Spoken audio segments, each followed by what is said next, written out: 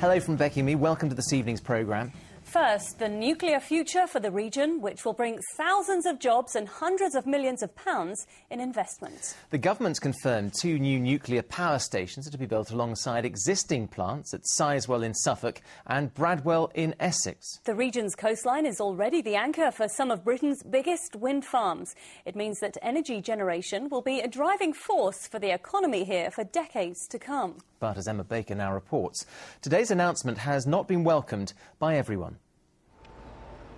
The people of Leiston have lived with a backdrop of nuclear power for more than a generation. First there was Sizewell A, then Sizewell B.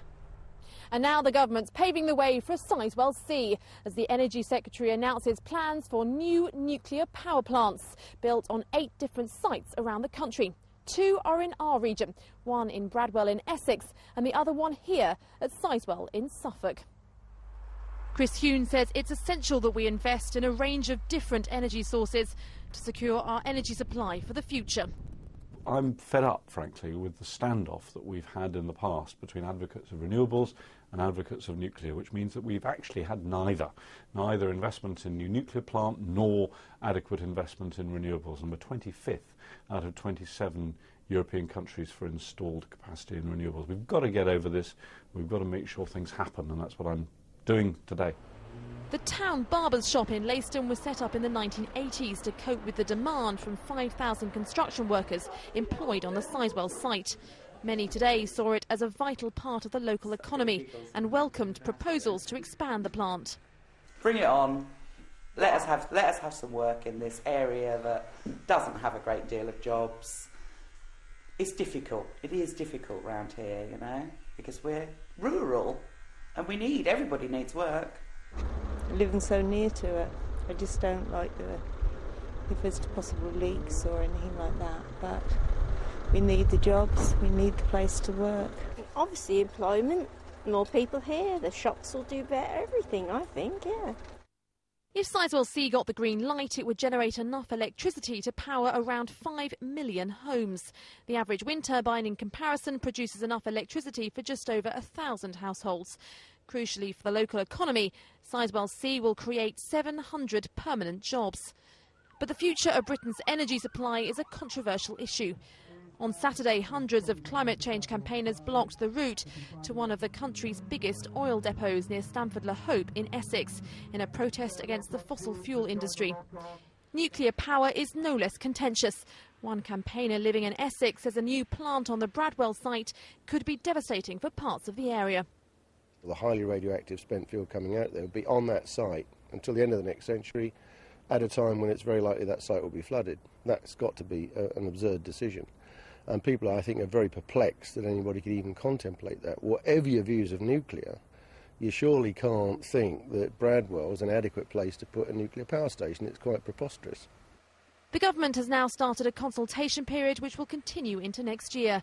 If the plans do get the go-ahead, the new plants could be up and running by 2025. Well, Emma Baker is still at Sizewell. Emma, a lot of people will be wanting to know if this is going to be hugely expensive for the taxpayer.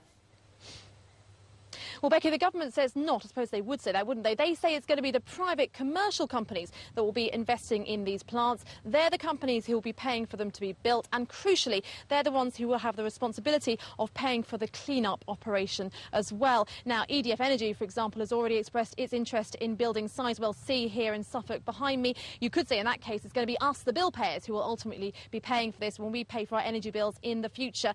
The government is convinced that we are getting the best deal out of this. It's certainly got an uphill struggle to try to convince everyone of that.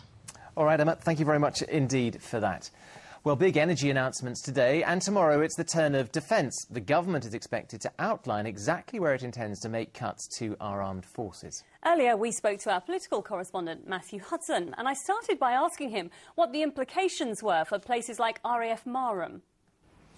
Well, yes, this defence review is really coming in two parts. Today we had the sort of strategic overview, the government's opinion as to where our defence priorities will lie over the next few years. Tomorrow we'll actually get the figures as to what areas of the Ministry of Defence will be getting what kind of money. And you have to say, on the face of it, it doesn't look like good news for installations in our region. That's because the government is identifying things like attacks from Al-Qaeda, cyber attacks on our computer networks, even more action by dissident Republicans in Ireland. Now, quite clearly, those are things that you don't need conventional warfare for. You don't need squadrons of fighters. You don't need brigades of infantry. So will all the tornadoes from somewhere like RAF Marham go? Well, that's probably unlikely if you think that the flip side to all this is the government's ongoing commitment to our troops in Afghanistan over the next 5 years. So the answer is more likely to be it's possible that Marham may lose some of its tornadoes, but actually as to how many, or if indeed it does lose all of them, we will have to wait until tomorrow afternoon to find out. Of course, Matt, the defence review, just the precursor to the main spending review on Wednesday. Plenty of rumours coming out, but what are you hearing that we might actually be hit with? Well, we've seen a lot of robbing Peter to pay Paul, if you like, with defence cuts slightly less than were anticipated. I expect that to mean that there are more cuts in departments like transport, in local government, and in areas of the Home Office like the police. So that could mean major road schemes going by, cuts to things like libraries and playgroups in our region, and that will really impact on ordinary people's lives. OK, Matthew, thanks very much. Matthew Hudson in Westminster there. Of course, we'll be keeping you up to date with how the defence review and the spending cuts will actually hit our region. Yes, and tomorrow it's the next in our series of the Anglia Number Crunch, looking at this whole issue. Our current affairs editor, David Hughes, joins us now. David, getting closer to the cuts, aren't we, day by day? Absolutely. Defence cuts tomorrow, as we heard from Matthew. RAF Marham might be in the firing line. Also, RAF Wittering in Cambridgeshire. There are Harriers there, so we'll have to wait and see what happens there. Then the wider spending review on Wednesday.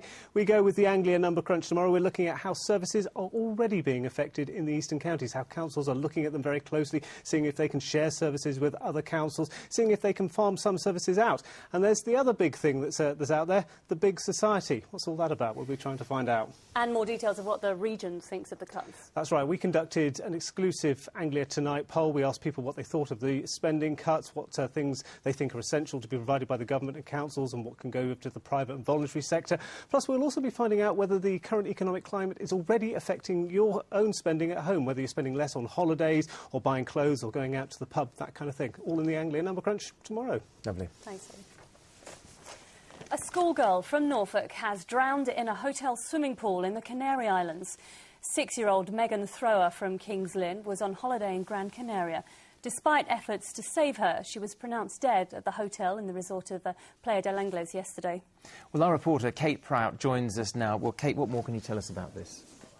Well, we know that Megan was on holiday with her parents and older brother when she got into trouble in the water at the 4-star Gran Canaria Princess Hotel. Now, we understand it was only the second day of the family holiday when this happened. As yet, we're not quite sure if there was a lifeguard on duty at the time, but we do know that a waiter pulled her from the water. He was working at the hotel and he tried to save her as holidaymakers looked on.